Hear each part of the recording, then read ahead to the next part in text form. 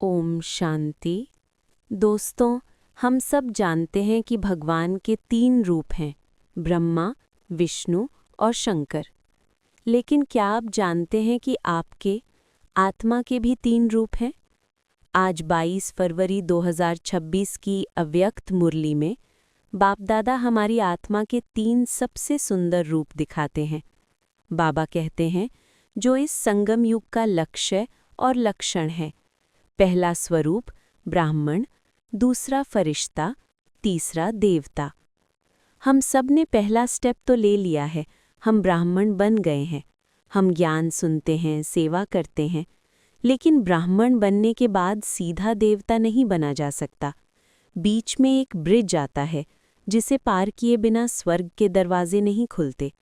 वो ब्रिज है फरिश्ता। बाबा कहते हैं, क्योंकि फरिश्ता बनने के बिना देवता नहीं बन सकते। आज हम इस एंजल प्रोटोकॉल को डिकोड करेंगे। हम जानेंगे कि एक आम इंसान फरिश्ता कैसे बनता है और वो कौन सी रुकावटें हैं जो हमें उड़ने नहीं देती। तो अपनी सीट बेल्ट बांध लीजिए, क्योंकि आज की जर्नी ज़मीन से आसमान की तरफ है। दुनिया में एंजल यानी फरिश्ते की इमेज क्या है? जिसके पंख होते हैं, जो आसमान में उड़ता है। लेकिन बाबा की डिक्शनरी में फरिश्ते की डेफिनेशन बिल्कुल अलग है। बाबा कहते हैं, फरिश्ता अर्थात पुरानी दुनिया के संबंध, संस्कार, संकल्प से हल्का हो। पंख फिजिकल नहीं होते, पंख हल्केपन के होते हैं। जब आपके अंदर पास्ट की कड़वाहट ना हो, फ्यूचर की चिंता ना हो, तो आप अपने आप उड़ने लगते हैं। लेकिन बाबा यहाँ एक बहुत डीप पॉइंट ऐड करते हैं, सिर्फ अपने संस्कारों से हल्का नहीं होना है। फरिश्ता अर्थात सर्व के संबंध में आते, सर्व के स्वभाव संस्कार में हल्कापन। मतलब अगर आपके सामने कोई गुस्से वाला इंसान आए या कोई आपका अपमान करे, तो भी आप हैवी ना हो, आपका मूड खराब ना हो। जब दूसरों का कचरा या नेगेटिविटी आपको भारी ना कर सके, तब समझ लीजिए आप फरिश्ता बन गए हैं। क्या आप सच में डबल लाइट हैं या छोटी छोटी बातों का बोझ उठाए घूम रहे हैं? फरिश्ता बनने की सबसे बड़ी निशानी क्या है? क्या वो सिर्फ मेडिटेशन रूम में दिखती है? नहीं। बाबा कहते हैं, इस हल्केपन की निशानी क्या है? वह फरिश्ता आत्मा सर्व के प्यारे होंगे। कोई कोई के प्यारे नहीं, सर्व के प्यारे। बाबा यहाँ ब्रह्मा बाबा और दादियों का एग्जाम्पल देते हैं। सब हक से कहते, हमारी दादी। चाहे कोई नया बच्चा हो या पुराना, हर एक को लगता था कि दादी मेरी सबसे अच्छी दोस्त है। ऐसा क्यों था? क्योंकि उन्होंने अपने अंदर की सारी दीवारें, वॉल्स गिरा दी थीं। उनका मेरापन सबके लिए था। हम क्या करते हैं? हम ग्रुप्स बना लेते हैं। ये मेरा दोस्त है, ये मेरी टीम का है। हम कोई कोई के प्यारे होते हैं। लेकिन फरिश्ता एक खुले आसमान की तरह होता है, जिसके नीचे कोई भी आकर आराम कर सकता है। चेक कीजिए, क्या लोग आपके पास आने से डरते हैं या आपके पास आकर उन्हें सुकून मिलता है? हम ज्ञान में आते हैं, सेवा करते हैं और हमें लगता है हम बहुत आगे बढ़ गए हैं। लेकिन यहीं पर सबसे खतरनाक माया आती है। इसे बाबा देह अभिमान कहते हैं। बाबा कहते हैं, ज्ञान में जितना आगे जाते हैं तो स्वयं की प्रति भी कभी-कभी देह अभिमान आ जाता है। मेरा भाषण सबको पसंद आता है, मेरी सेवा का प्रभाव पड़ता है। ये बहुत सटल है। हमें लगता है हम भगवान की सेवा कर रहे हैं, लेकिन अंदर ही अंदर हम अपनी विशेषता का नशा पाल रहे होते हैं। मेरी हैंडलिंग अच्छी है, मैं कोर्स अच्छा कराता हूँ। बाबा कहते हैं कि जब आप अपनी विशेषता पर घमंड करते हैं या किसी और की विशेषता से अट्रैक्ट होते हैं, तो आप फरिश्ता नहीं बन सकते, क्योंकि उस वक्त आपको आत्मा नहीं, बल्कि उस इंसान की स्किल या कला याद आ रही है। स्किल तो इस फिजिकल दुनिया की चीज़ है, फरिश्ता तो फिजिकल से आगे निकल चुका होता है। क्या आप सेवा में निमित्त हैं या मालिक बन बैठे हैं? अब आप सोचेंगे, मुझे तो कोई ईगो नहीं है, मैं तो बहुत हम्बल हूँ। बाबा आज हमें अपना ईगो टेस्ट करने का एक आईना देते हैं। बाबा कहते हैं, अभिमान वाले को ज़रा भी कोई ने अपमान किया, उसकी कला का, उसके हैंडलिंग का अपमान बहुत जल्दी महसूस होगा। ये है लिटमस टेस्ट। जब कोई आपके आइडिया को रिजेक्ट कर दे या आपकी मेहनत की तारीफ ना करे, तब आपके मन में क्या चलता है? अगर आपको फील होता है, अगर आप हर्ट होते हैं, तो इसका मतलब है कि वहाँ ईगो बैठा था।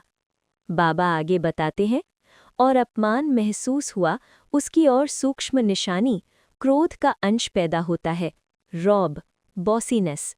जब हमें लगता है कि हमारी वैल्यू नहीं की जा रही, तो हम अंदर ही अंदर चिड़चिड़े हो जाते हैं। यही वो बोझ है जो हमें उड़ने नहीं देता। फरिश्ता अपमान और सम्मान दोनों में एक जैसा रहता है, क्योंकि उसे पता है कि उसकी असल वैल्यू किसी इंसान के ओपिनियन से तय नहीं होती। हम सोचते हैं कि सेवा तभी होती है जब हम घंटों तक ज्ञान सुनाते हैं, लेकिन बाबा आज एडवांस सर्विस का राज बताते हैं। बाबा कहते हैं, सेवा के लिए मेजॉरिटी को उमंग उत्साह है, लेकिन सेवा के साथ अशरीरीपन का वायुमंडल मेहनत कम और प्रभाव ज्यादा डालता है। जब लोग आपके पास आते हैं तो वो आपके शब्द भूल सकते हैं, लेकिन वो उस फीलिंग को कभी नहीं भूलते जो उन्हें आपके पास आकर आई। सुना हुआ अच्छा तो लगता है, लेकिन वायुमंडल से अशरीरीपन की दृष्टि से अनुभव करते हैं, और अनुभव भूलता नहीं है। ब्रह्मा बाबा का एग्जाम्पल लीजिए। लोग बाबा को परेशानियां सुनाने आते थे, लेकिन बाबा के सामने आते ही वो अपनी बातें भूल जाते थे। क्यों? क्योंकि बाबा की अशरीरी यानी बॉडीलेस स्टेज उन्हें दुख दर्द से ऊपर उठा देती थी। आज हमें शब्दों से ज्यादा वाइब्रेशंस की सेवा करनी है। आपका वायुमंडल ऐसा हो कि आते ही लोगों को शांति और अतीन्द्रिय सुख का अनुभव हो। फरिश्ता बनने का दूसरा मतलब क्या है? बाबा कहते हैं, फरिश्ता अर्थात इस कर्मेंद्रियों के राजा, स्वराज्य अधिकारी। राजा वो होता है जिसका उसकी प्रजा यानी सब्जेक्ट्स पर पूरा कंट्रोल हो। हमारी प्रजा क्या है? हमारी आंखें, कान, जुबान और संकल्प। अगर मेरी आंखें वो देखती हैं जो नहीं देखना चाहिए, तो मैं राजा नहीं, गुलाम हूँ। अगर मेरा दिमाग बेकार की चिंता करता है, तो मैं राजा नहीं हूँ। बाबा चाहते हैं कि हम सदा लाइट के देहधारी बनें। जिस आत्मा का अपने ऊपर इतना जबरदस्त कंट्रोल होता है, वही आत्मा आगे चलकर सतयुग में रॉयल फैमिली का हिस्सा बनती है। बहुत समय के स्वराज्य अधिकारी तख्त पर भले नहीं बैठे, लेकिन रॉयल फैमिली के अधिकारी बन जाते हैं। तो चेक कीजिए, क्या आपके सेंसेस आपके ऑर्डर पर चलते हैं या आप अपने सेंसेस के ऑर्डर पर चलते हैं?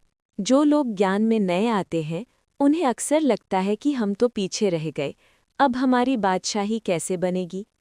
आज उन सब लेट कमर्स के लिए बाप दादा ने एक स्पेशल मैसेज दिया है। बाबा कहते हैं, अभी तो लेट में आए हो, टू लेट में नहीं आए हो। ये बहुत बड़ी गारंटी है। बाबा नए बच्चों को एक स्पेशल ब्लेसिंग देते हैं कि अगर आप अपना एक एक सेकंड सफल करें और कर्म और योग का बैलेंस रखें, तो आप आगे निकल सकते हैं। पुराने बच्चे शांति से बैठे हैं, लेकिन अगर नया बच्चा तेजी से दौड़ लगाए तो वो फर्स्ट आ सकता है। बैलेंस रखने वाले को ब्लेसिंग्स एक्स्ट्रा मिलती है। तो अगर आपने ज्ञान अभी शुरू किया है, तो दिल छोटा मत कीजिए। बाबा की एक्स्ट्रा बैटरी आपके पास है, बस हिम्मत रखिए। हिम्मते बच्चे, मददे बाप। दिन भर में हम कितने सारे फैसले लेते हैं। कभी कभी हम कंफ्यूज रहते हैं कि जो मैं कर रहा हूँ वो सही है या गलत। आज के वरदान में बाबा हमें 100% सक्सेस रेट का फॉर्मूला देते हैं। बाबा कहते हैं, निराकार और साकार बाप दोनों को साथ व सामने रखते हुए हर कर्म व संकल्प करो। वेरीफाई करा करके निश्चय और निर्भयता से करेंगे। जब भी आप कोई नया प्रोजेक्ट शुरू करें या किसी प्रॉब्लम में हो, तो 1 मिनट के लिए रुकिए। अपने अंदर बाबा को सामने रखिए और पूछिए, बाबा क्या मैं ये करूं? जब आप बाबा से वेरीफाई करा लेते हैं, तो आपके अंदर एक ऐसी निर्भयता आती है जो आपको फेल नहीं होने देती। इससे समय और संकल्प की बचत होगी। हर कर्म स्वतः सफल होगा। इसे कहते हैं the company of the supreme director. अंत में बाबा हमें बताते हैं कि इस दुनिया में ईश्वरीय सत्ता का झंडा कैसे लहराएगा। दुनिया की नज़रें हम पर हैं। बाबा कहते हैं, धर्म सत्ता वालों के सामने पवित्रता की शक्ति और राज्य सत्ता वालों के आगे एकता की शक्ति को सिद्ध करो। जब रिलीजियस लीडर्स देखेंगे कि इन ब्राह्मणों की पवित्रता कितनी नेचुरल है, और जब पॉलिटिशियंस देखेंगे कि इन लोगों में कितनी यूनिटी, एकता है, तब वो आपके सामने झुकेंगे। जितना जितना प्योरिटी और यूनिटी की शक्ति से उन्हों के समीप आएंगे, उतना वे स्वयं ही अपना वर्णन करने लगेंगे। तो आइए आज हम संकल्प करें कि हम अपनी विशेषताओं के अभिमान को छोड़कर फरिश्ता बनेंगे। हम प्योरिटी और यूनिटी का ऐसा किला बनाएंगे जिसे देखकर दुनिया कहेगी कि इनका भगवान जरूर आ चुका है। ओम शांति।